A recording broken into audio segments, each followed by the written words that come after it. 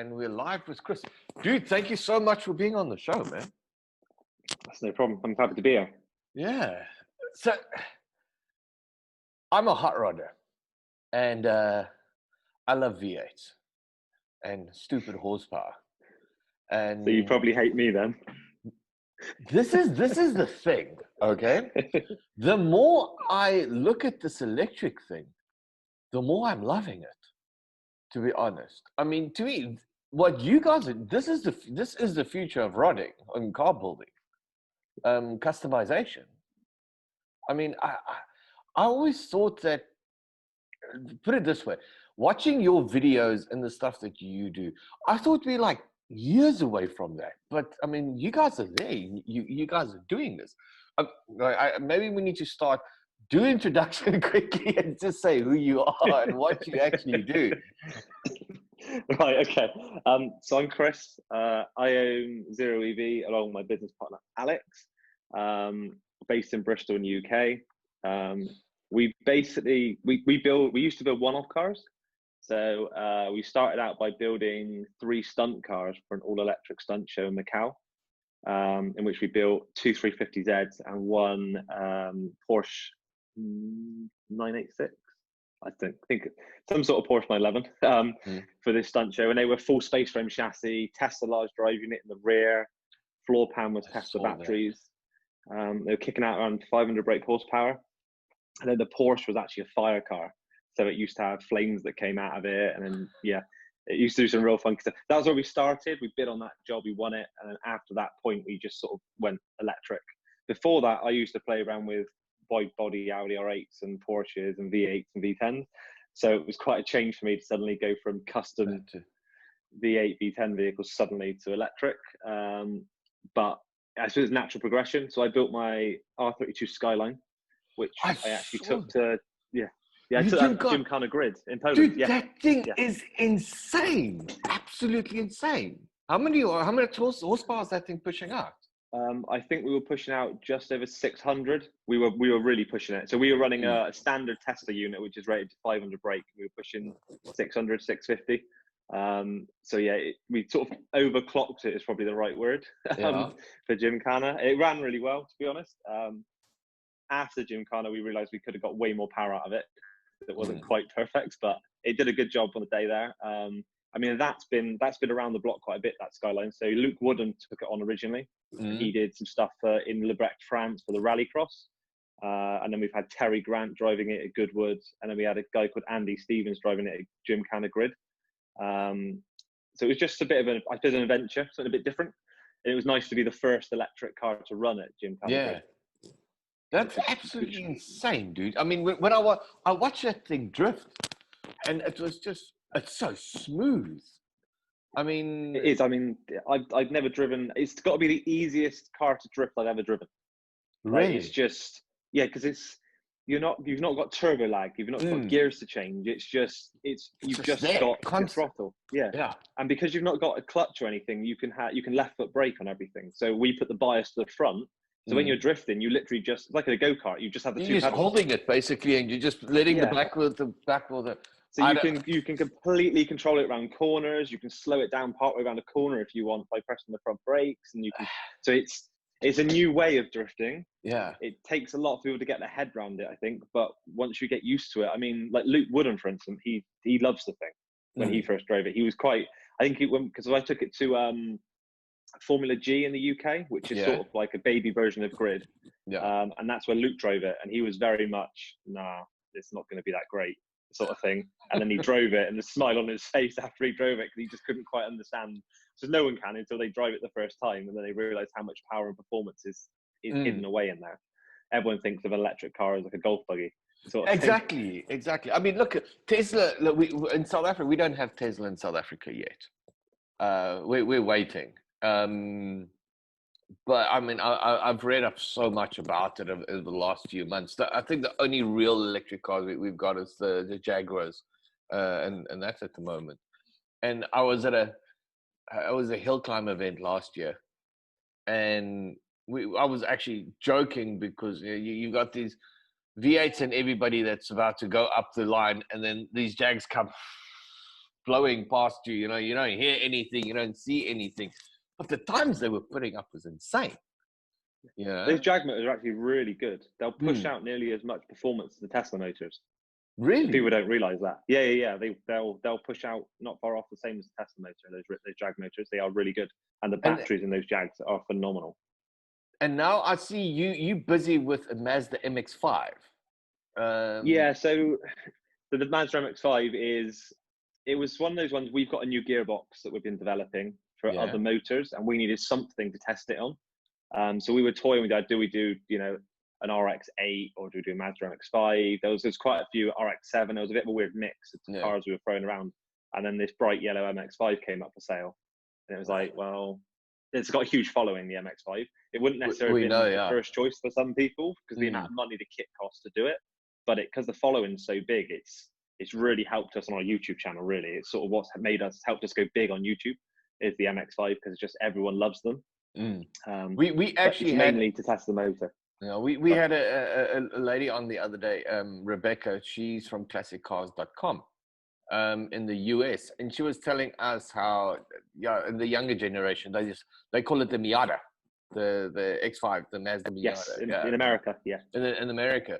And she was telling me that this thing's got such a following. I'm like, it's such a hairdresser's car.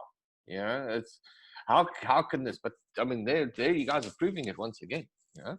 It was. I think 10 years ago, it was always looked as a hairdresser's car. I mean, even I looked at it as a hairdresser's car. I still do. I still can't get that out of my mind. But but then you've got all these guys out there chucking V8s in them and turbo in them and supercharging them. There's just so much of a following with them. The thing is, it's a cheap car and the handling is really good. Exactly. So it's just the problem is the amount of rot you get in them in the UK. There's rust in every single one, I think, in the UK. But it's the Japanese stuff always seems to rust. Unfortunately, it's just one of those things. We had the bay, the split window buses, the VW buses. We got a lot of them in South Africa, and a friend of mine, Dad, worked with VW when they came in back in the day, and he said that the metal was so bad they were rusted by the time they landed here.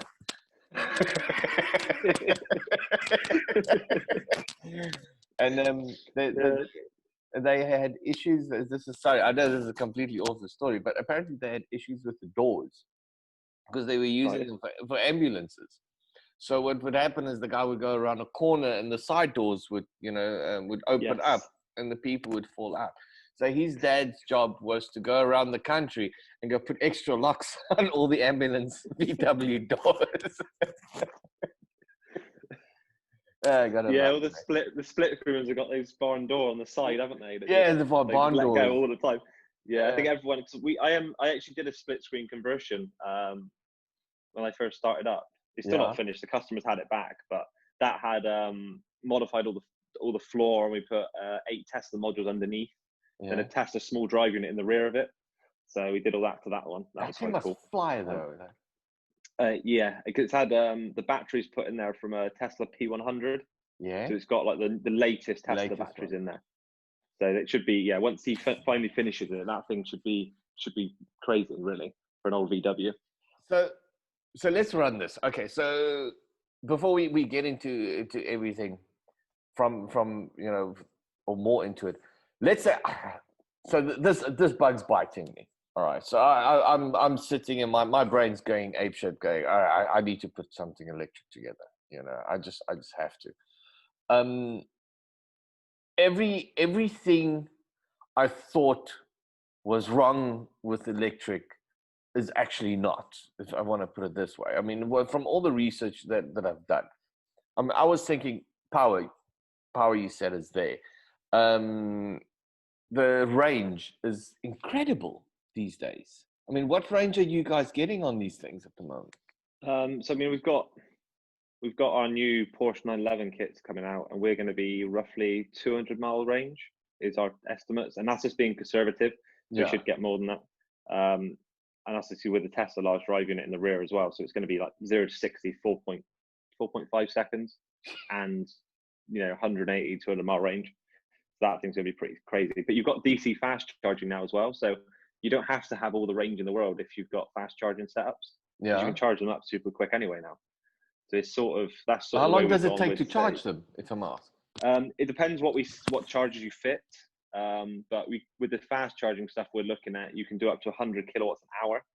So for instance, like the Porsches are a 53 kilowatt hour pack. So under an hour and you're pretty much fully charged. You're fully charged. That's Yeah. So absolutely like the insane. Tesla Model 3s and stuff, the charge rate on those is absolutely phenomenal. Yeah, so with the rapid charging now that's coming out, we're looking at bringing that into the EV conversion market. So you'll be able to do rapid charging with your EV conversions. And then obviously that completely changes the aspect, and that you don't have to fit as big a battery in to a lot of these cars. And because most of them were never designed to have batteries in them, you're quite limited to space where you can put them. But I mean, I've been watching the videos, you guys, but like I said, they mount them into the floor more than anything else. Is that If you can, it's difficult. Yeah, so in the UK, we're not allowed to cut the floor pans. We're not allowed to modify chassis. So like the MX5 and the Porsche and stuff we're doing, there's no modification to chassis. Everything's got a bolt in. Some countries you can, to certain states in America, you can get away with modifying whatever you want. Yeah. So it depends. I mean, you can do it in the UK, but you've then got to have it recertified, so it gets expensive really quickly. So it's sort of that juggling act. Our main focus now is making sure that the kits are reversible. So we're doing a lot of high-end vehicles, and obviously everyone wants to make sure they can put them back. So the high-end Porsches, Mercedes, quite a lot of other cars are working on it. Sort of, if we can sell it as a kit which you can reverse, if someone wants to sell that car on again in the future, it gets sold electric, but with the original motor. Yeah. So it keeps the value of that car there because it's actually got both, and it's always reversible. So that's the way we've gone with it. But yeah, putting them in the floor is definitely the best option if you can do it in the country you're in, because you keep the weight. The sense of gravity is so low. The handling in the vehicle is improved. Exactly. Everything's really good then. If you can get away with doing that. Cost-wise, what are we looking at? What are you looking at for like this Porsche conversion? Yeah. Right. So I know it's not cheap. That's we know. No. It's not So cheap. I think the way I've got to look at this approach is differently from other conversions out there, other companies that are saying they do a kit. A lot of the other companies we look at, their kit is not a kit. It's a list of parts. Yeah. So on our Porsches, for instance, we actually produce everything. So you get a completely built battery box. Everything is done. So it turns up on a pallet. So you're talking 40 to 60 hours, and you've fully converted the vehicle. So your system is more bolt-on compared to an IKEA assembly system. Yeah. So everything is bolt-on. So all your high voltage wiring is all terminated with connectors. All your low voltage wiring is done with the Porsche connector. So it just plugs onto the original Porsche looms. So you've not got to be splicing into wires and drilling hole. None of that. Everything is there. Which means you don't have to pull the loom or the wiring loom out or anything like that. Yeah. All of that stays there. You just pop your gauges out and you plug them in and pop new gauges in. Same with like the gear select, you unbolt that and you bolt a new one in. Yeah. You got to run a couple of wires, but you've not got to cut into anything. So that's the main thing we're trying to get people's head around with the Porsche stuff, is that we've thought of every single little component, every mounting bracket. So it is a true bolt-in, plug-and-play system, not here's a kit, but actually you've still got to build your boxes for your batteries. Exactly. And you've still got to weld bracket. It's 2 pallets. Here you go. You bolt it in. Now that is coming in currently about 48 to 50 grand, which is obviously quite a lot of money. But when you look at a Porsche 911, so we're doing 964, a good engine rebuild is 35,000. That's when you start looking at it closely, and then you go, actually it does 0 to 60 in 4.5 seconds. So it's actually it's quicker than the original as well. You're not paying money for fuel. You've not got all this maintenance costs long term with it. So yeah, it's probably, if you look at it from the right aspect, then definitely it's actually not too bad. Which is why we're focusing on the high end stuff. Yeah. We will be doing low end kits, as we're calling them, which are similar to original specs of the vehicle. So things like the MX5, for instance, things like the old Beetle, stuff like that. A cheaper bolt-in kit is what we want to do for those vehicles. Because to bring the price down. Yeah, because I mean, I'm looking. I've got this complete fascination these days with the Porsche 356. Yeah, all the old Speedster. I mean, and basically, it's a Beetle, a different body shell on top of it. And I mean, that's something I'd love to throw something like that into. So if you guys are doing, because Beetles make sense, splitty buses are huge. I know a lot of guys are looking at them for buses. I understand. I think that there are guys busy doing electric cars in South Africa already, based on I think it's the US kits that the guys are doing. But I haven't heard, like I said, I haven't heard to the level of what you guys are doing, where it's a bolt-on kit. I mean, this means basically if you can go pick up to what year 911 are you looking at? Because I mean, that means if you've got a blown motor, you don't have to take it to Porsche. You know, you don't have to. Exactly. So we've done the 964, which I can never remember the year it runs up to. I'll Google. We've also got Google 964. Yeah, so we've got 964. We've also got a 993. So basically air-cooled Porsches, right up to the last air-cooled. We're doing those. And then we're going backwards to the 930, which is obviously was like the 930 turbos, all those older. So we're doing those as well. So we're sort of like 70s up to late 90s. So we're doing quite a range of kits for the Porsches. And then, as you said, like the Speedsters is basically a Beetle underneath. So our Beetle kits we're going to do will go into the Speedster. But the Beetle stuff we're looking at is low power. It's, you know, it's quicker than original, but not by a huge amount. It has you don't like have to do 100-ish much. mile range. So, yeah, a lot of people seem to go crazy with these builds and want stupid performance, stupid range. And then they spend crazy amounts of money. Yeah. So we're trying to get to the point where we can do a complete bolt-in kit like the Porsche for a Beetle for between 15 and 20,000, so over half that money. Yeah. That's what we're trying to get to. Yeah. So at least it's still a lot of money in relation to a Beetle, but the Beetles are going up in price. Like to get a clean Beetle in the UK, like a really clean one, you're going to be at 10,000, 8 to 10,000. The funniest thing is, a clean one. About five years ago, I sent a 72 Beetle through to the UK.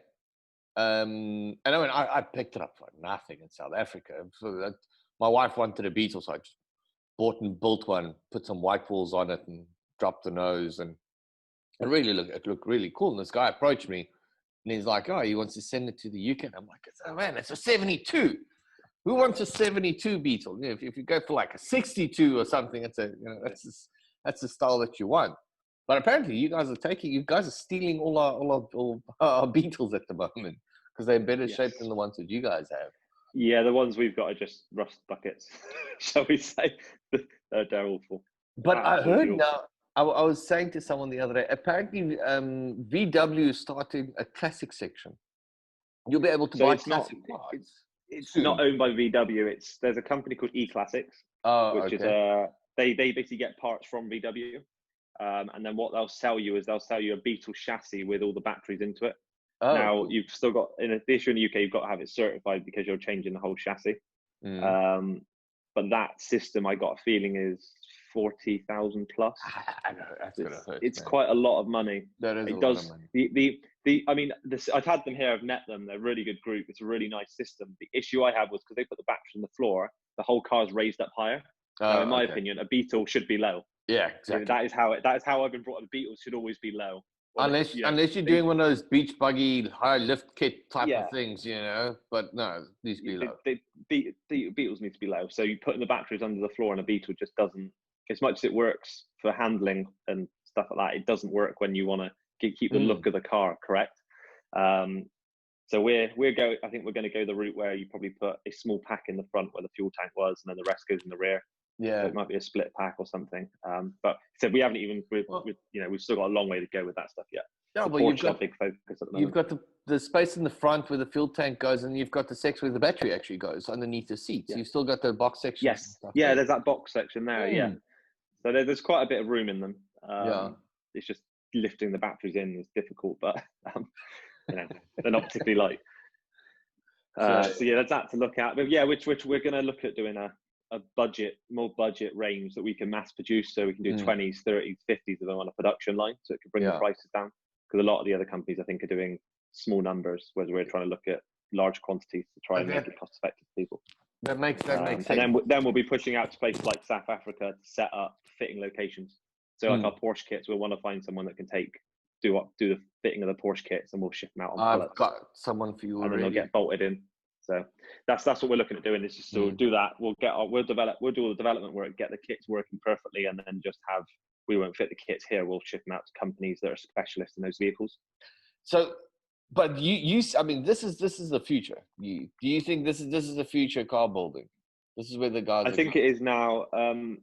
I also look at this from the younger generations. So Mm, it's sort of the way I've looked at this now is that but before I started the business, I was like going, what the hell can I do a business in? What is yeah, there left to do? You know, exactly. there's nothing.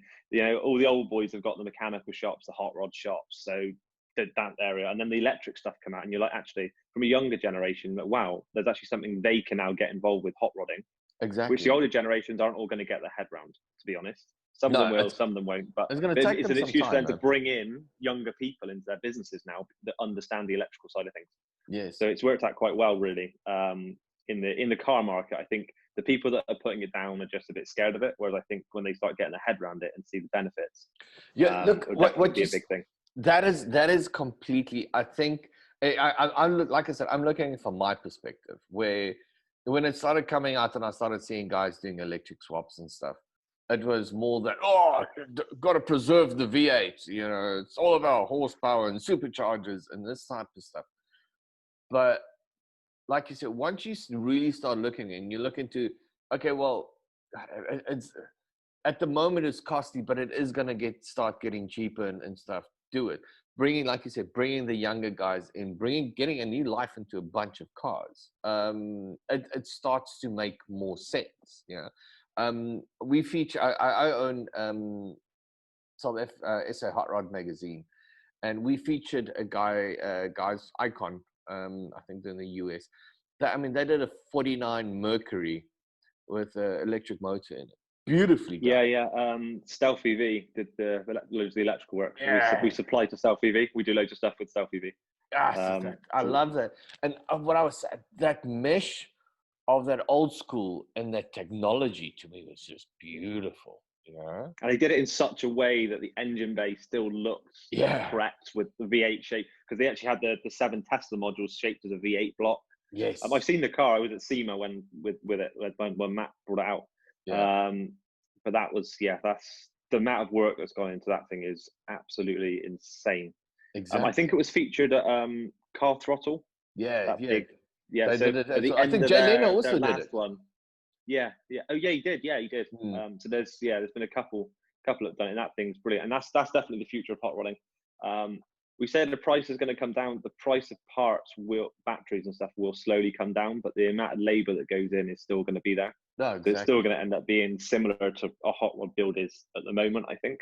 Look at, I mean, if you look at, like I said, rebuilding LS motors and importing LS motors, big power, 2JG, 2JZs. Yeah, a friend of mine, he buys and sells motors in South Africa. Or he's a big importer of US motors. And he was saying that the stuff that we have to remember is as technology moves on, the access to technology or the motors start changing. All right. So you start, once the US and then start changing over more into what's a 2-liter motors, twin turbo 2-liter motors, which is the way it's going. Smaller motors, you know, with electric motors and that type of stuff, the access starts getting less and less and less. So you build what you can get your hands on, if that makes sense. Yeah. So am I getting my point right here? So which means you need to start looking, and also as the government starts throwing bigger rules and regulations and stuff and admission issues and all this type of stuff, all those things, because you still want to start keep building your car. You know, that building thing will never go away. You guys are just now opening up into a completely new avenue, if I want to put it that way. Yes. Yeah, definitely. I mean, and the other thing is that the younger generation not going to know any different in 5 years' time when they start coming into it. To them, it's always going to have been electric. Yeah, They won't understand the old V8 world. It'll be exactly. I mean, even when I was growing up, it was sort of carburetors and stuff had gone by the time I started getting cars. Everything was fuel ejection. So to go and try and learn about carburetor systems and V8s was difficult in the UK because there wasn't actually that many vehicles ever in the UK that ran V8s anyway. Yeah. So I suppose I'm a bit of a different situation because we never had those sort of big engines in the first place. It was always the 2 liters and stuff like that. I mean, yeah, you had the 2JZs and stuff in a couple of vehicles, but not not a huge amount. You guys had the Didn't have Cosy any motors LS engines either. Yeah, we had the Cosy stuff. So it was like the 2-litre Pinto engines and things like that. So we never had that luxury of the V8s and the LSs really. But so I suppose maybe the UK has come around to it a bit quicker, possibly, just because we weren't used to the bigger engines, whereas I said the States. It makes more, like you said, it made more sense on that side because you guys had a lot more regulations coming. I mean, we still don't have massive regulations when it comes to carbon emissions and that type of stuff. You know? And we can still build whatever we want, change chassis, do all this type of stuff. So it makes sense that from your side where you guys started looking towards other alternatives faster, if I want to put it that way. Yes. Yeah, I mean, our emissions restrictions in the UK are ridiculous. And then you've got London, all the big cities around the UK are locking down for diesel vehicles and petrol vehicles, or they're putting charges on vehicles if they go into certain zones. Yeah, so exactly. The move to electric in Europe in general is going to be quite quick. I think places like South Africa where you are and the United States, there's only certain states, like California, that really pushed it, but it's still probably all the other states not put much restrictions in place. Yeah, there's very little. So I think there's going to be pockets around the United States that are really going to struggle to swap across to electric and won't see the need and are completely against it. Also, people hate changing. Yes, they do. They do. But the other thing I found quite surprising was, so some of the states in America where obviously oil was a big thing, they obviously don't want to swap to electric because they produce oil.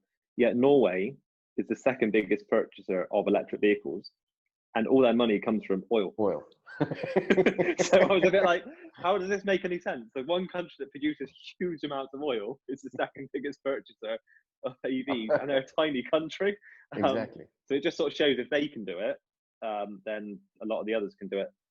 The only issue I think we have in South Africa at the moment is we don't have that charging station thing is still not kicking in. I mean, we don't have them. I mean, where I stay, I stay in a smaller town. We've got George, and there's the Jaguar. There's one at the Jaguar at the mall where the Jaguar dealership is.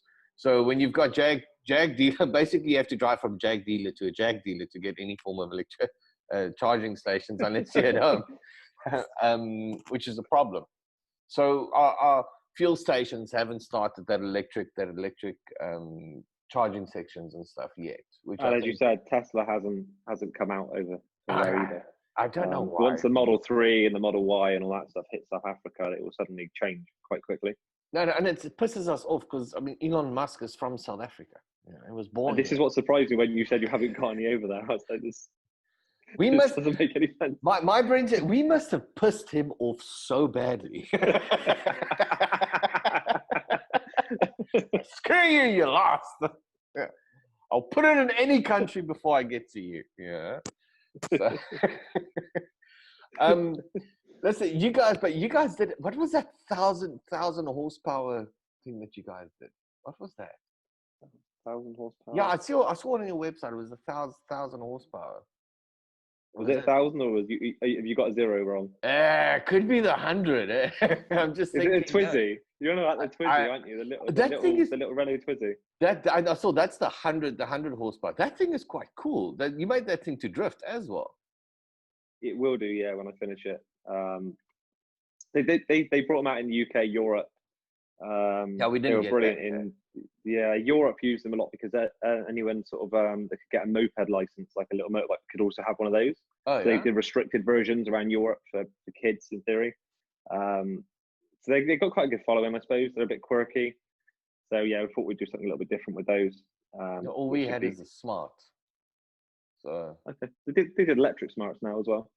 But everyone in the UK just started sticking motorbike engines in the smart cars and doing wheelies in them. That's what seemed to happen over here. I saw quite a few of those. Yeah, we've got a little Twizy. We've also got a really cool other build. We've got a 2008 Honda F1 car, which Jensen Button drove. Wow, yeah. So we've got parts of that here at the moment. We'll have the rest of that coming in soon. We're just doing some design work for the motor shafts and stuff, but we'll be building that on YouTube at some point in the next probably 6 months or so. We'll start doing a build on that. No, that's not going to be crazy quick. It's going to have a little battery pack, little motor. But currently, the person that bought it, it didn't come with an engine. Yeah. So to get an engine in there is a crazy amount of money. Stupid. Yeah. So she just basically wants something she can drive at Goodwood and festival speed and stuff that's electric. It's not going to be crazy quick. It's just because the space is very limited and we can't obviously modify anything on that thing. Everything's got to be untouched and reversible because of the value of it. So that would be pretty cool for all the F1 fans out there. I'll probably also really annoy a lot of F1 fans the fact that converted it to electric. But it's crazy looking at the stuff. I mean, the carbon fiber work on the gearbox alone is phenomenal. Really? Everything's carbon. It's just, it's absolutely insane. And the weight of all the components, I mean, the nuts and bolts alone are stupid amounts of money each as well. So it's like, don't lose one. Please don't lose one. Listen, the kits and stuff, can we, look, we're going to set up some links and stuff through to your stuff, because I know that there's a lot of guys that's busy looking into this. I just, like I said, we will ship worldwide anyway. So we'll support worldwide. So we ship everywhere. We're not tied to just the UK. At some point we will, I suppose, grow out a little bit more and have some more locations which should have stock. Yeah. We're just trying to work out where to put those locations at the moment. But I mean, from your side, how fast did this actually build up for you guys? It's crazy. So we started in March 2018, 2 years, just over 2 years ago. You're kidding me. We were in a 1,000 square foot unit. Now we're in 10,000 square feet. So we've grown pretty quick, to be honest. And we went from just me and one other. I think now we're 8 or 9 of us, and we'll obviously keep growing. We just we're not slowing down anytime soon. So we say we're just going to keep pushing on. But we do loads of development work. That's a big thing. Is we develop gearboxes. We got new motors we've been developing, all sorts of stuff, just to fill all the gaps in the EV conversion world, because there's so many gaps that you can. And there's not bits that you can buy a motor there and a controller here, but they don't talk to each other properly. There's loads of those little weird gaps where you can't get certain bits of the batteries. So we were trying to fill in those gaps really, and just support the items that you can't get anywhere else that you need to just finish that little bit of the conversion or the other bit. And that was the stuff we were doing. And obviously the other thing, the MX5 build, no one's really done it.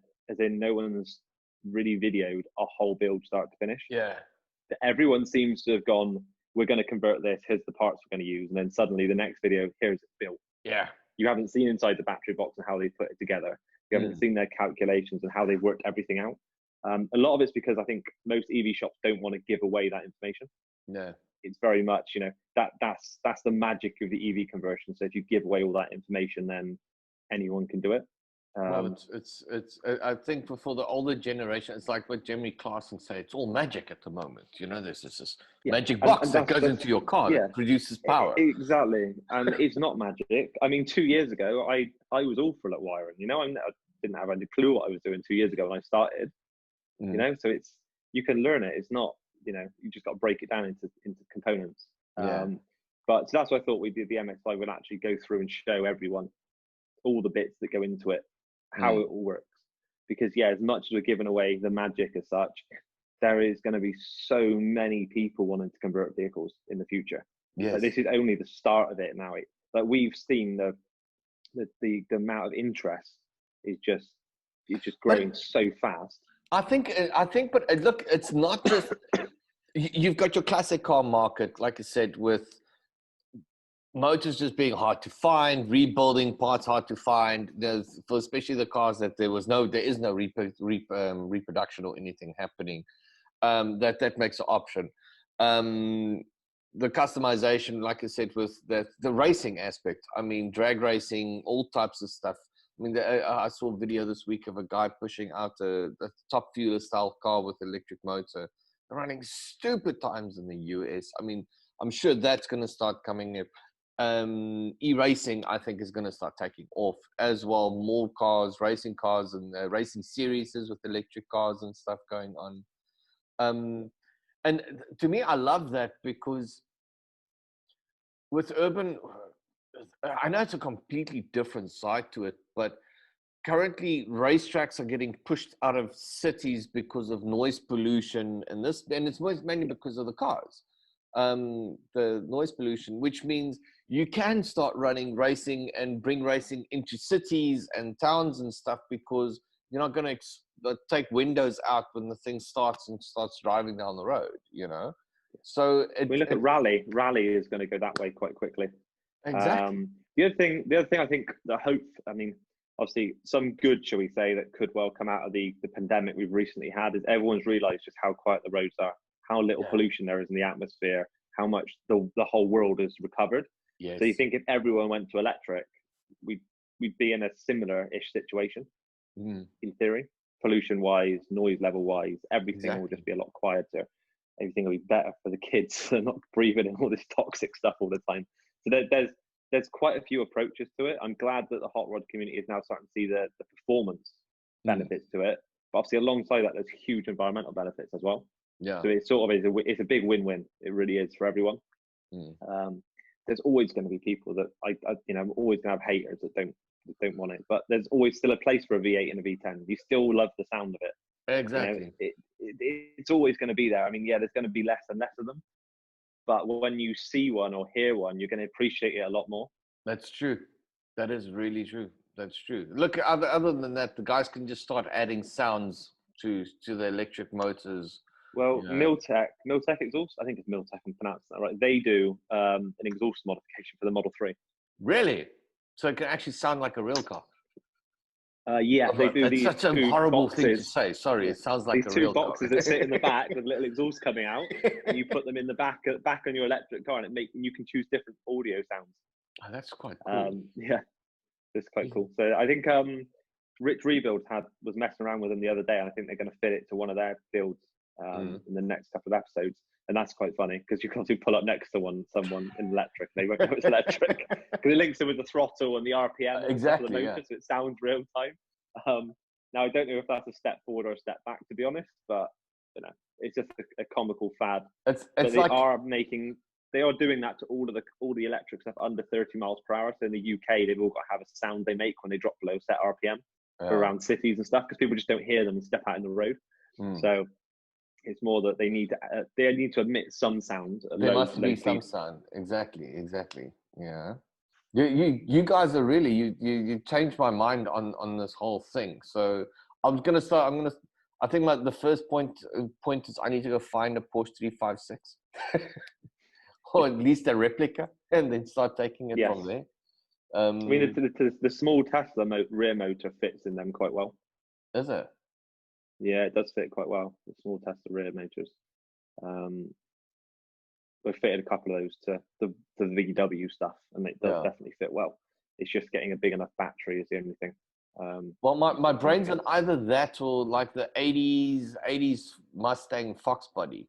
Stick something into one of those. We've got a new motor coming out, which is 140 kilowatt hours, so it's a lot more powerful, like 250-ish brake. That goes onto our new gearbox that would fit into the MX5. So that's what a gearbox is for. And then that can sit in the same position on the MX5, so in the gearbox tunnel, and drive the rear axle. Yeah. And then you've got the whole front of the vehicle for batteries.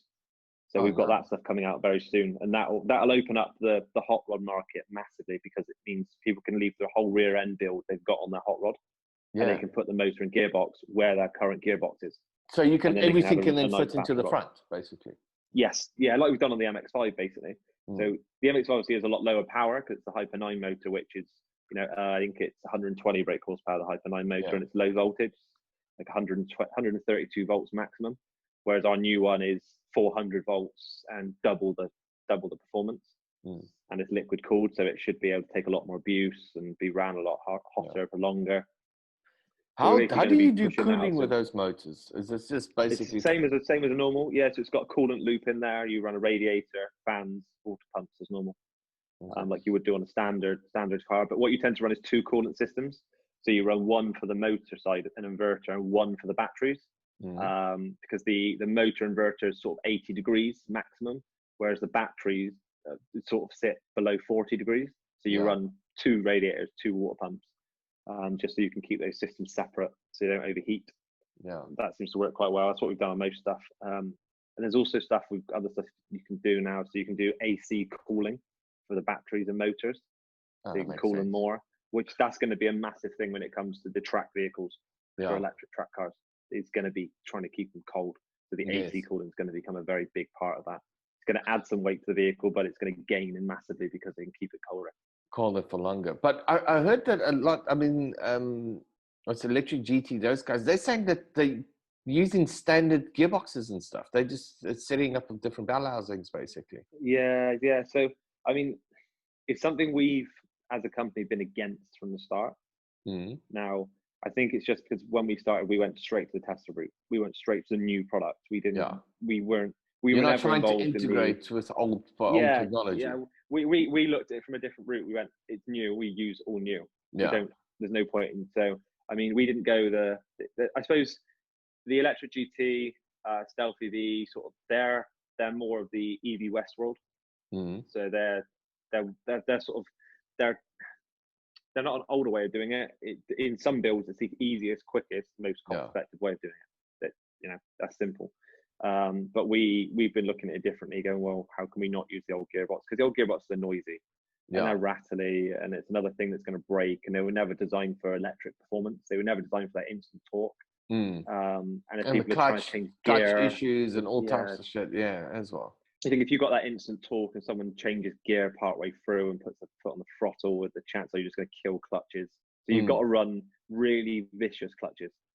Yeah. Like really vicious, like stage 4, stage 5, if I got that right. Like really more race paddle clutches, basically, with them. But then the gearboxes can blow themselves quite quickly. Exactly. And then you've got regenerative braking as well. The gearbox is being backloaded. They're not necessarily designed for that either. Luckily, most of the conversions they go into aren't going to do hundreds of thousands of miles. Most of these cars that are being converted are going to do low miles the rest of their life. They're going to potter. They might do 10, 20,000, in them. So they'll never get an issue with the gearbox. The gearbox won't ever fail because it's really low mileage. But yeah, that's why we designed our new gearbox, that inline gearbox, the reduction one that we're putting in the MX5, because that means that you don't need to run your original gearbox. You put that in, and that's got the yoke output that goes straight onto the prop shaft. Yeah. So you literally you build that. But that to me makes sort of that size, little tiny box.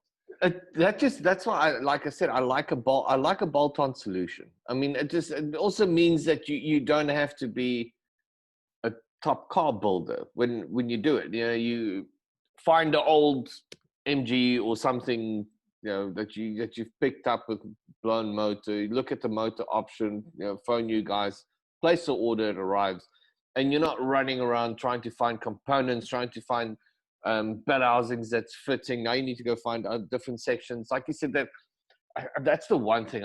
Look, we're still there in South Africa, even in the hot rod industry, is you buy a motor, then you have to buy it here, and then there's an engineering company there, and then gearbox there, and you have to go find a guy that can do it here, and then you're constantly moving stuff instead of. By the time you add it all up as well, dude, once you add up the price, you think our new gearbox is going to be, I think retail price is 2,200, and it's obviously a billet aluminium gearbox, brand new.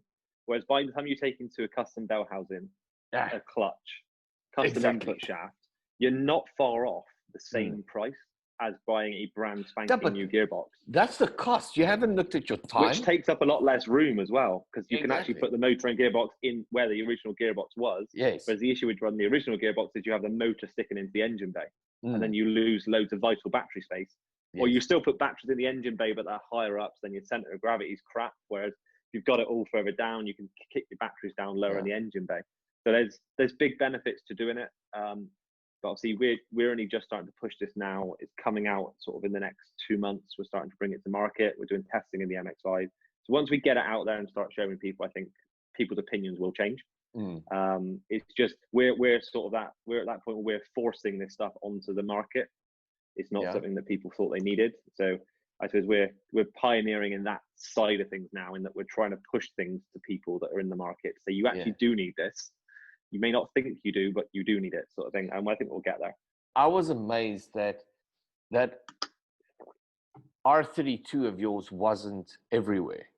I was amazed when I found this whole thing that car didn't blow up the internet completely with look at Yeah. what this thing was doing. I mean, I think to me that you guys need a way more kudos for that, dude. That is you guys just you changed a whole industry with that thing.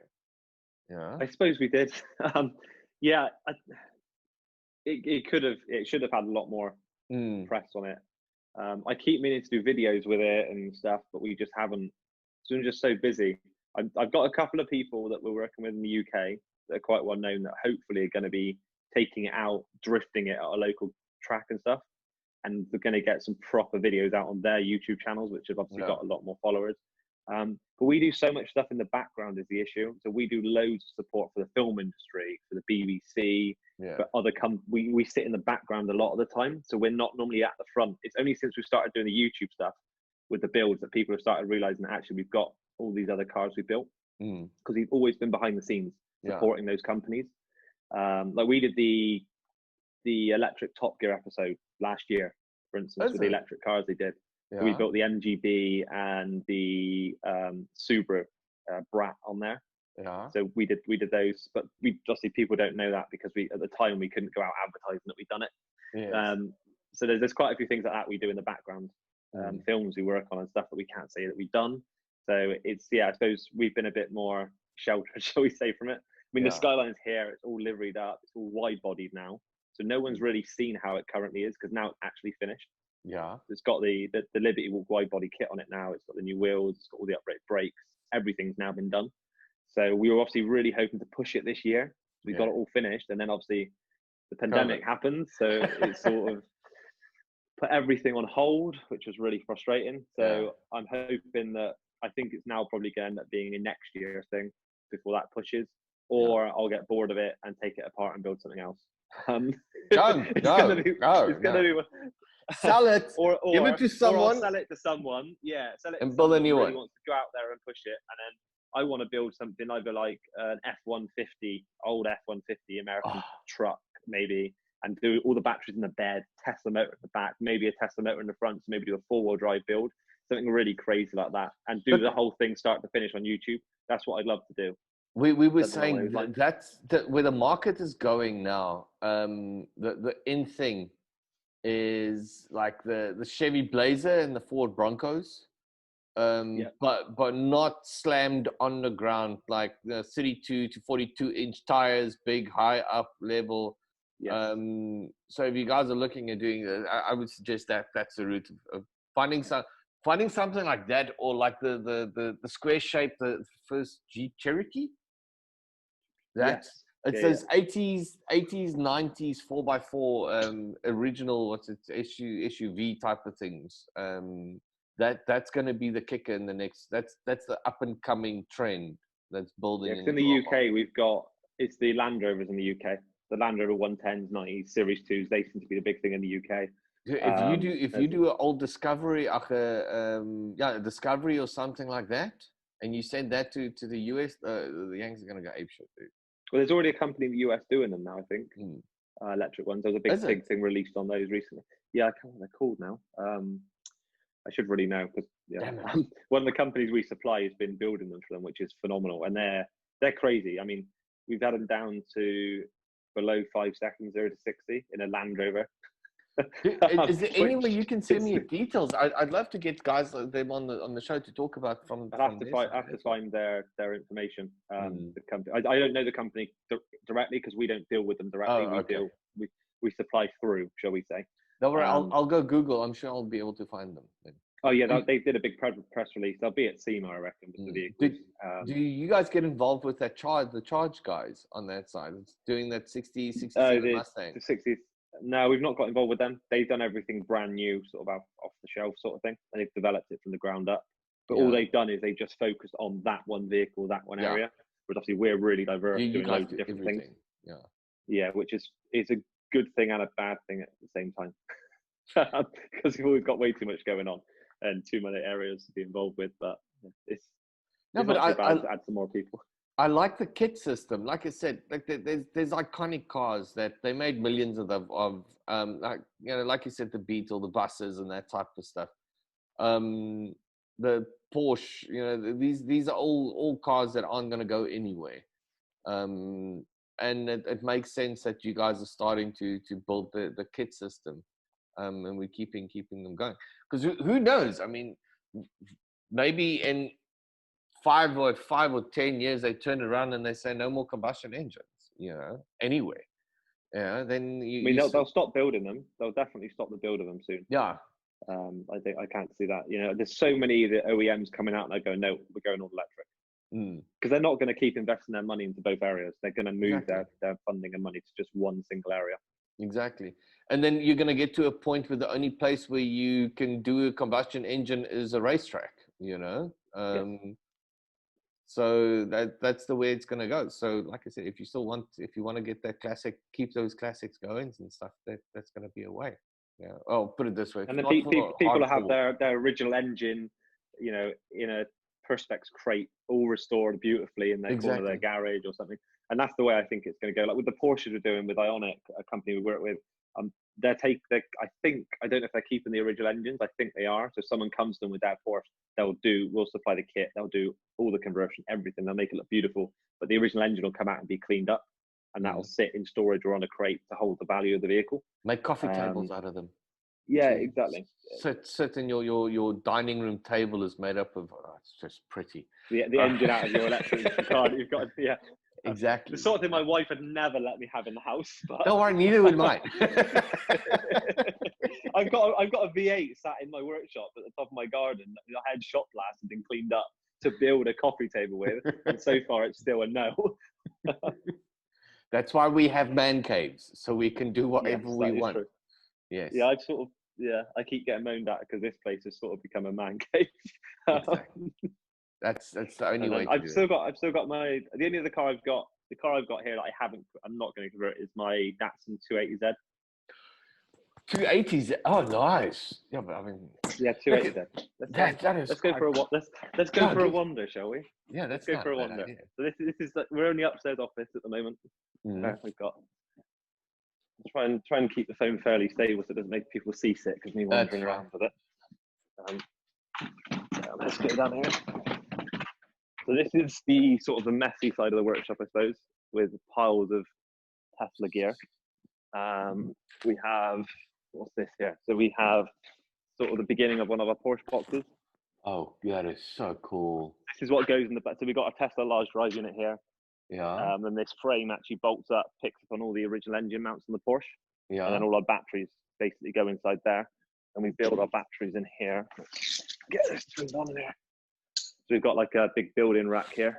Oh, that is so cool. So this is where we build all the batteries, all the buzz bars will go and all the wiring will go on. And then that frame you saw there basically sits on it, rotates round, and then we put the lid on. So it then becomes basically a completely built battery box at that point. What else we got in here? We've got a big, massive plasma cutting machine. Nice. And then we've got stacks of Tesla units here, all prepped, ready to go in relevant vehicles and stuff. This is what the Porsche box looks like finished. Obviously, that's an unpainted one. Yeah. But that's sort of the shape it ends up looking in the car. I've got MX5. So I painted all the front of it now, make it all look pretty. Nice. Before I do the build, and then so we have my. Oh, that is beautiful. My personal car I've been building, which I'm not going to. Oh, that is beautiful, though, hey. But this is the sort of car that I don't really want to make electric yet. No, look, dude, we're gonna have to keep a bunch of them original, eh? Yeah, exactly. So we have a Porsche 930 here. This is one that we use for test fitting, and then we have the Ionic Porsche here from the guys at Ionic, which we're working closely with to build their cars. We have a front box that goes in there, which is like a mock-up. Mm-hmm. So front battery box bits there with some chargers and stuff, and then you've got a rear box that goes in the back of it. I don't know if I can. So the rear box basically fits up under here. In fact, oh wow! Yeah, fits up in under there. And what these guys do, which is quite nice at Ionic, when you get a car from them, is they do a full new. They redo the whole interior, so it's all like super shiny. They do a really, really nice job of it. That is so but cool. This is coming out very, very soon for them. So hopefully they don't moan at me too much for showing it.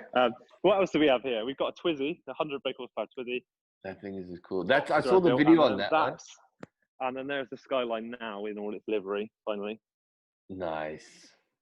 And obviously all its the wide body looks good, eh? Yeah, all nice wide body. And then I've still got one of Luke's seats in it from Grid. And then we've got, in the back now, we've done a bit of a rebuild. So we've got our Tesla large drive unit across here. Yes. Tesla charger, rear mounted radiator on the back. Front's got a radiator for all the battery system and stuff. And then we've got... What sits in the front now?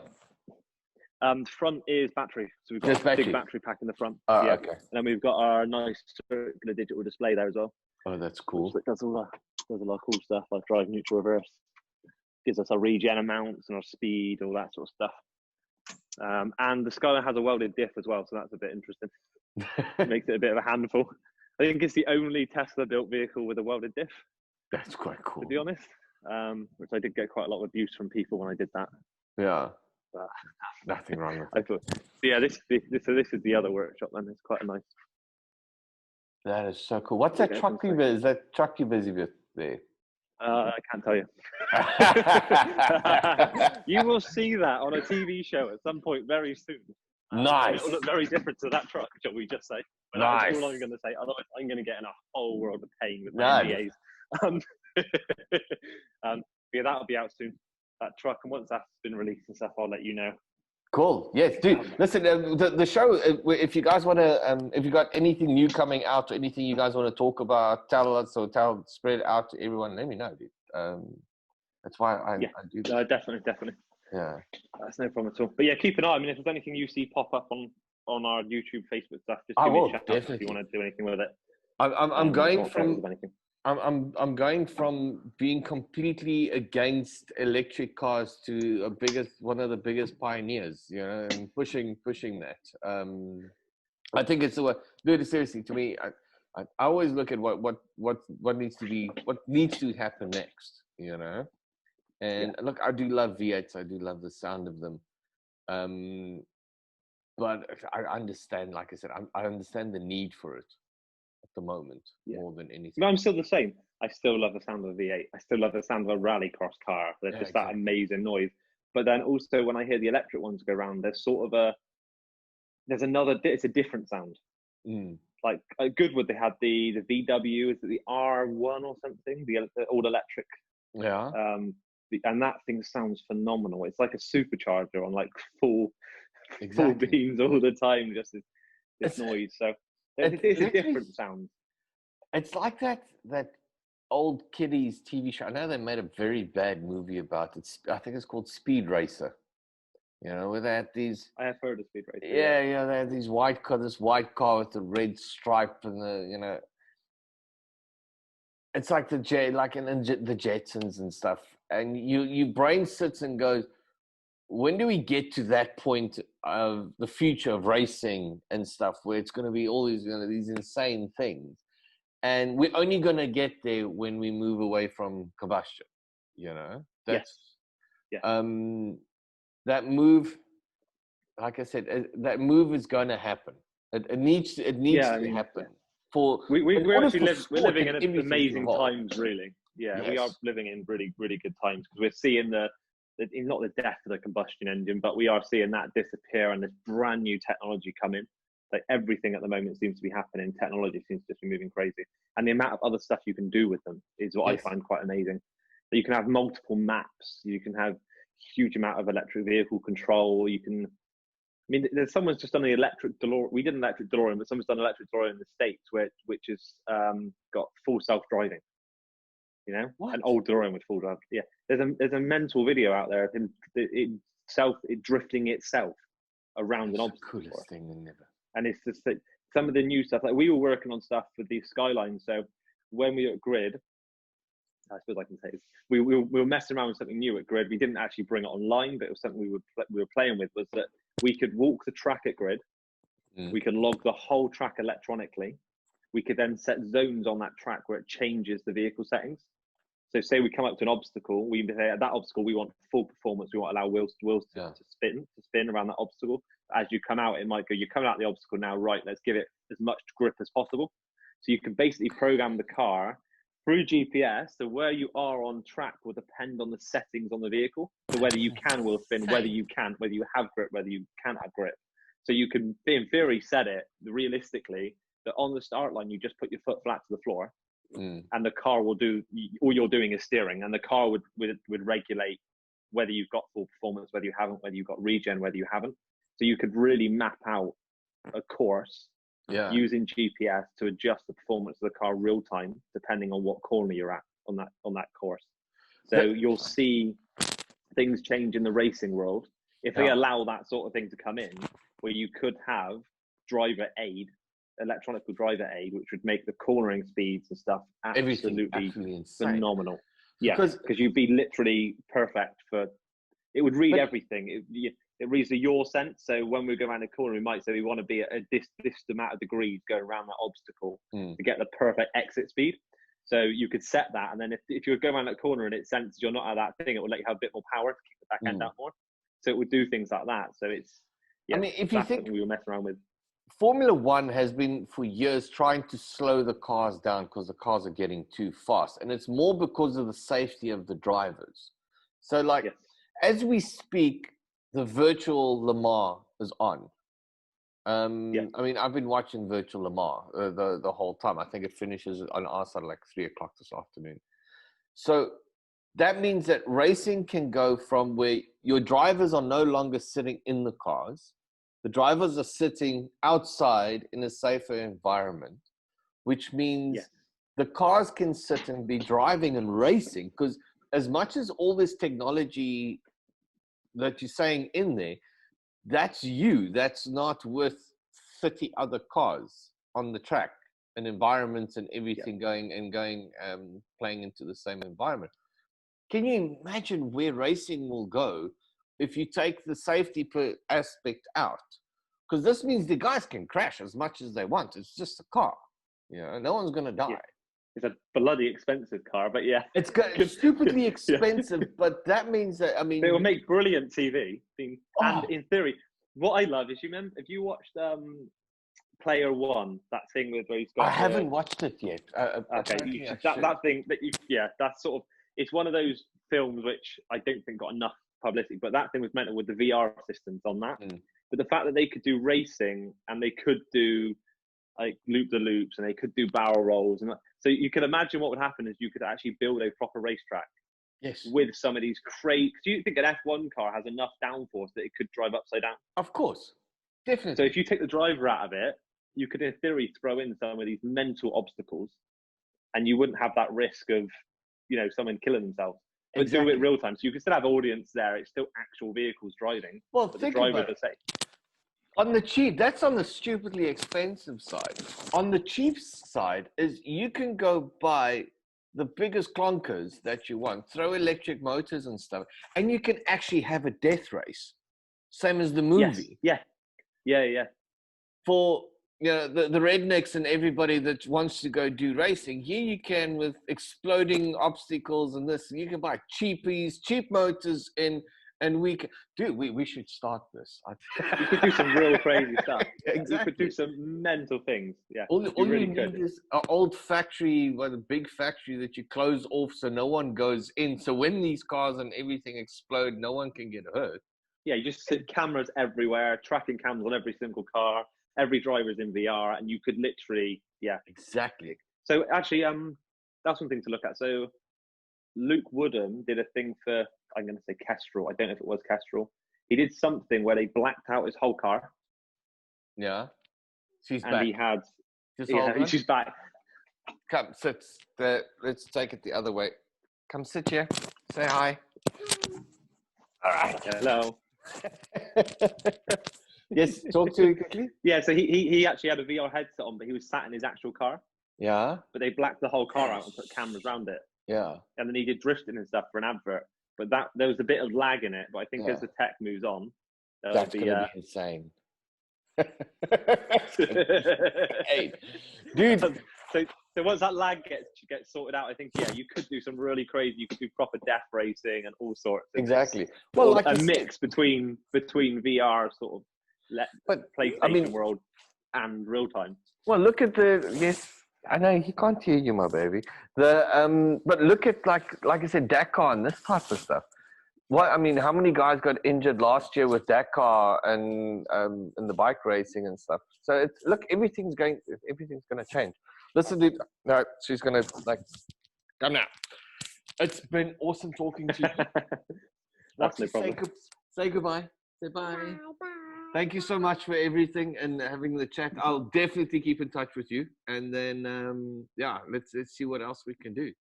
Excellent. You rock, man. No worries. Bye. No worries. Okay. Thank you very much. See you later. Bye.